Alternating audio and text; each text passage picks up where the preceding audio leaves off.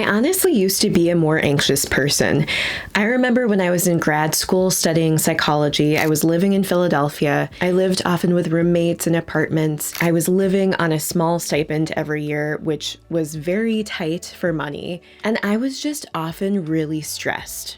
I was constantly worried about money, about my career, whether I was publishing papers. And then sometimes in research meetings, I was afraid to put myself out there and to bring up new ideas of potential hypotheses or things we could try out in studies. And I think it was just because I doubted myself. I wasn't sure of myself. I was just overwhelmed with everything. And I remember even my mentor at the time would bring up to me, Aylin, I can tell you have a lot of ideas under there stewing in your mind, but you're just not sharing them in our research meetings. And I want you to. Yet somehow I think my anxiety kept me from taking risks, even healthy risks.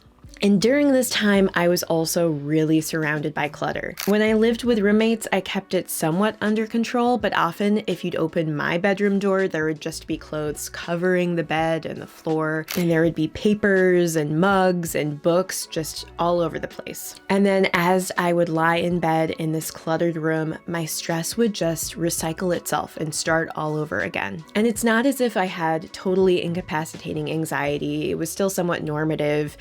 I functioned well, I got my work done, I had an amazing group of friends that I hung out with all the time, but I was anxious. And I think a big factor in that was that clutter ruled my life.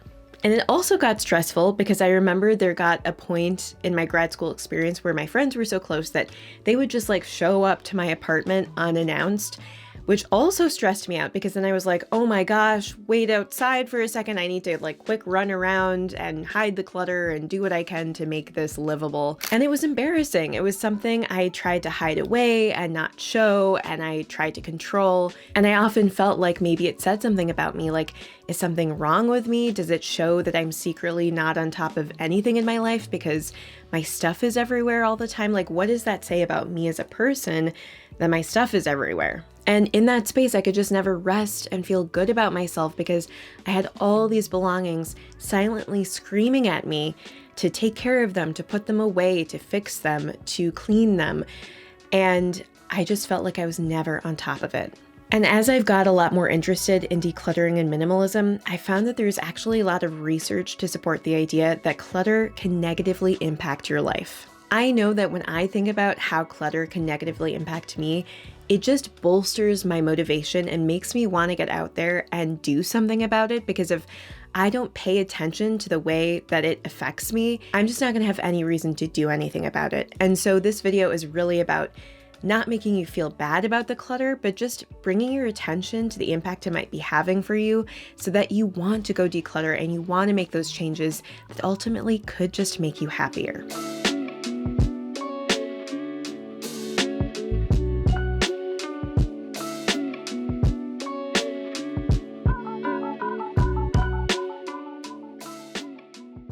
A first way that clutter can impact your life is that clutter increases stress. One study, for example, showed that women who reported having more clutter in their homes had higher levels of the stress hormone cortisol throughout the day than women who had less clutter. And so that finding does indicate that it's possible that clutter could be impacting how we're feeling stress-wise, even on a hormonal level.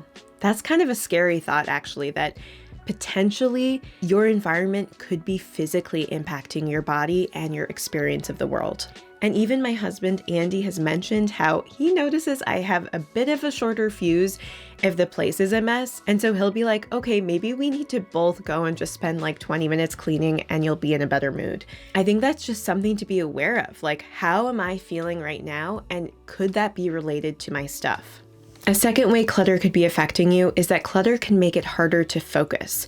And that's kind of related to stress, but it's actually a different thing. I know that when I sit down at my desk and there is stuff everywhere, I just don't get as much work done. When you see things everywhere, you're actually just much more stimulated. Your brain is active. It's reacting to the stimuli around it. I mean, in general, when I think about psychological studies, when there are more stimuli going on, you might have more variables, more different reactions, and more things to be responding to. And so it makes sense that if there's just a lot more stuff around, it's harder to keep focused on one thing. And I think this could be especially true if the stuff around you is reminding you of all the stuff you haven't done. Like if it's reminding you, oh, I need to clean up, or if there's a pile of bills and they're telling you, you got to pay these bills, but you've forgotten to pay them. All of these belongings have messages that they're telling you that you need to get on top of. And this is actually an idea that Fumio Sasaki wrote about in his book, Goodbye Things, just this silent to-do list of things that you feel like you should be doing, but you're not. And that can lead to a sense of shame and guilt and just feeling bad about yourself, which then makes it even harder to focus. The third thing clutter can do is that it can negatively impact relationships. If you're living with someone, you might be telling each other, hey, can you clean up? Hey, can you do this? Hey, you didn't do that. And it can explicitly impact your interactions with your partner or your family or whoever you're living with. And actually, if you look at research on divorce, obviously there are a variety of factors of why people get divorced, but actually one of the top factors is just household issues or conflict around the household in the relationship. And let's be real, clutter is a huge driver of that type of conflict in a relationship. If you just have less stuff, there's less household work to do, less to manage, less to inventory, and it probably would decrease the likelihood that you'd butt heads as often if you just have less stuff. On top of that, if your space is cluttered, I think you're less likely to invite people over to your home and to host. And hosting at home is a great, affordable way to make and keep connections with the people around you. And so I think that clutter can impact you on a social level, not just the people you live with, but how you connect with the world at large.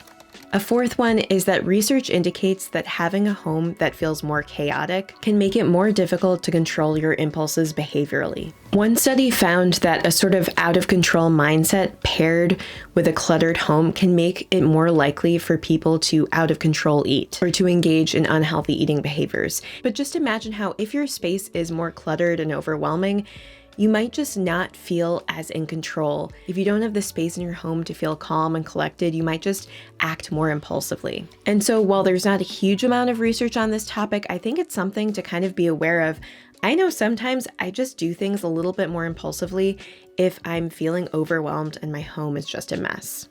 A fifth one to be aware of is that clutter can lead to a lower quality of life. And just think about it, I feel like clutter can lead you to feel overwhelmed and frustrated as you navigate your space, as you just do the everyday tasks that are required every day. If you can never find your toothbrush and your toothpaste, your hairbrush, if you can never find the right pot or pan or kitchen utensil, if you're always feeling overwhelmed with your stuff and you never have any surface area to do a task and to get it done, it can impact your day-to-day lifestyle. One study, for example, found that clutter decreased overall life satisfaction, especially in older adults. And that's kind of a disturbing thought. If my clutter is linked with my overall life satisfaction, yeah, I want to declutter a bit and improve my quality of life, because if I declutter, maybe I'll feel more satisfied. So if you want to know how I transformed my life from someone who is riddled with way too much clutter to somebody who does have a much more streamlined life, not perfect, but much easier and more streamlined, then I will tell you that I just took my time. I thought about how to gain momentum. I tried different decluttering strategies. I consumed a lot of minimalism and decluttering content on the internet through videos, a lot of YouTube, podcasts, books. I tried to build the right mindset to get me ready and prepared for that change. But ultimately, I really think gaining momentum is about clarifying your values and what's important to you. Because to me, minimalism is really about creating that space for what's meaningful to you. And I know it took me a while to figure out how I wanted to change my life and what that could look like. And so I think it takes some soul searching and just thinking about, what do I want to be spending my time doing? Am I spending my time doing that? Have you always wanted to travel to a specific place or just spend more afternoons reading? Who in your life have you wanted to reconnect with? Who in your life have you wanted to deepen a relationship with? Maybe somebody that you're even already close to.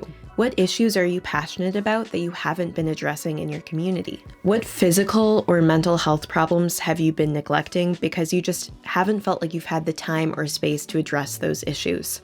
How could you care for yourself better and be happier? Decluttering your life, I believe, can help you get there.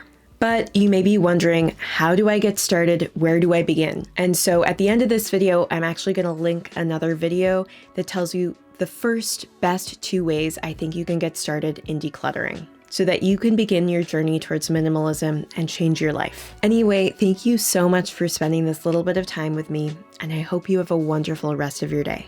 Bye.